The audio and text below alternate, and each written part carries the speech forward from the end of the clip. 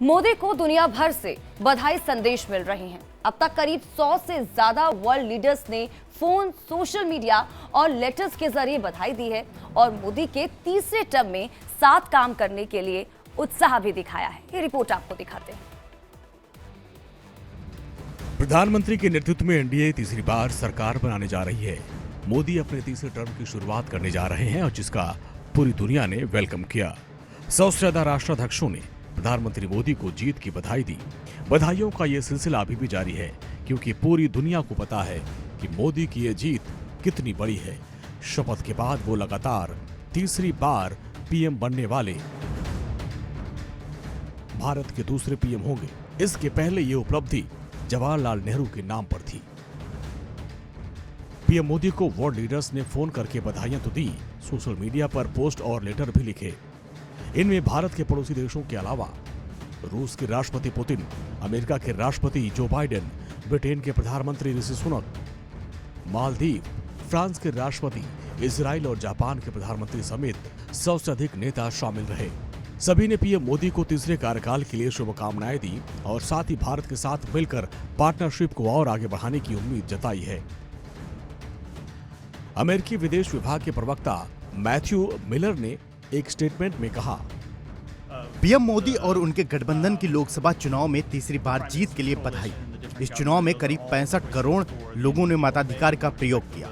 ये मानव जाति के इतिहास में अब तक का सबसे बड़ा चुनाव था। हम वोटरों, पार्टी कार्यकर्ताओं, सिविल सोसाइटी और पत्रकारों को उनके योगदान के लिए सराहना करते हैं। हम भारत सरकार के साथ हमारी साझेदारी को आगे बढ़ाने के लिए तत्पर हैं। चुनाव से पहले ही मोदी को G7 के लिए न्योता देने वाली इटली की प्रधानमंत्री जॉर्जिया मेलोनी ने भी एक्स पर पोस्ट कर लिखा, चुनाव में जीत और अच्छे काम के लिए शुभकामनाएं। हम इटली और भारत को एकजुट करने वाली दोस्ती को मजबूत करेंगे। हम दोनों देशों और हमारे लोगों की भलाई से जुड़े मुद्दों पर मिलकर काम करना जारी रखेंगे। फ्रांसीसी राष्ट्रपति इमैनुअल मैक्रों ने भी तीसरे कार्यकाल के लिए बधाई दी। उन्होंने भी एक्स पर पोस्ट करके लिखा और बधाई दी। भारत में दुनिया का सबसे बड़ा चुनाव संपन्न हुआ है। इसके लिए पीएम नरेंद्र मोदी को बधाई।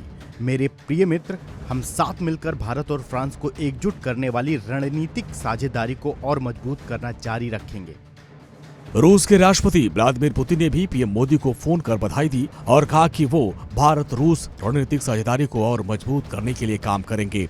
वहीं यूक्रेन के राष्ट्रपति वोलोदिमीर ज़ेलेंस्की ने भी एक्स पर पोस्ट करके भारत में हुए चुनावों को सराहा और पीएम मोदी को बधाई दी।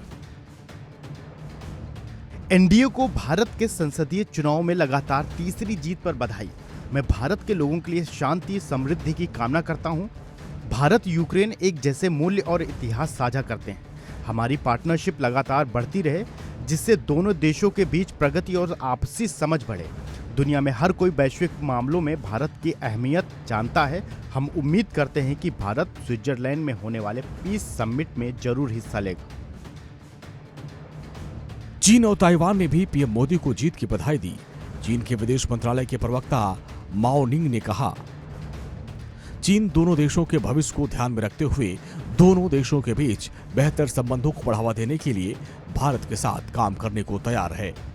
वहीं ताइवान के राष्ट्रपति लाई चिंगते ने प्रधानमंत्री मोदी को एक्स पर पोस्ट करके जीत की बधाई दी। भारत ताइवान आपसी साझेदारी, व्यापार, टेक्नोलॉजी और अन्य क्षेत्रों में सहयोग बढ़ाने के लिए तैयार है ताकि इंडो पैसिफिक में शांति बने रहे। हमास के खिलाफ जंग के बीच इजराइल के प्रधानमंत्री नेतन्याहू ने कहा, भारत में लगातार तीसरे कार्यकाल के लिए प्रधानमंत्री नरेंद्र मोदी को बहुत बहुत बधाई। मैं उम्मीद करता हूं कि भारत और इजराइल की दोस्ती नई ऊंचाइयां छुएगी। बधाई हो। जर्मन चांसलर ओलाफ शोल्ज ने भी पीएम मोदी को लगातार तीसरी जीत की बधाई दी। उन्होंने अपने बधाई संदेश में लिखा, जर्मनी भारत के बीच दशकों से रणनीतिक संबंध रहे हैं। हम इसे आगे बढ़ाते रहेंगे और अंतर्राष्ट्रीय और वैश्विक मुद्दों पर साथ काम करते रहेंगे। भारत की मदद से आर्थिक तंगी के बाहर निकले पड़ोसी मुल्क श्रीलंका के राष्ट्रपति रानिल विक्रमसिंघे ने एनडीए और पीएम मोदी को शुभकामनाएं दी और लिखा कि मैं बीजेपी के गठबंधन एनडीए को चुनाव में जीत की बधाई देता हूं। भारत के सबसे करीबी पड़ोसी होने के नाते हम उनके साथ पार्टनरशिप और मजबूत करते रहेंगे। पड़ोसी देश नेपाल के प्रधानमंत्री पुष्पकमल दहल प्रचंड और भूटान के प्रधानमंत्री शेरिंग तोब्गे ने प्रधानमंत्री नरेंद्र मोदी और एनडीए को तीसरे कार्यकाल के लिए जीत की बधाई दी। दोनों देशों ने भारत के साथ रिश्ते और मजबूत करने की बात कही है। इसके अलावा एक और पड़ोसी मुल्क है बांग्लादेश, जहां की प्रधानमंत्री शेख हसीना ने चिट्ठी लिखी और बधाई दी।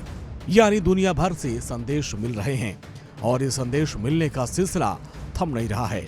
जानकारों के मुताबिक शपथ लेने के बाद अंतर्राष्ट्रीय कम्युनिटी बधाई संदेश देते रहे हैं, लेकिन मोदी के मामले में दुनिया ने प्रोटोकॉल का पालन नहीं किया और उसके पीछे की वजह है कि सीटों के मामले में बीजेपी सबसे ज्यादा सीट जीत कर आई है। बहुमत एनडीए के पास है। ऐसे में दुनिया को पता है कि अब इतने कम समय में उलटफेर होना नामुमकिन सा है और इसलिए दुनिया भर में मोदी के तीसरे टर्म का वेलकम हो रहा है।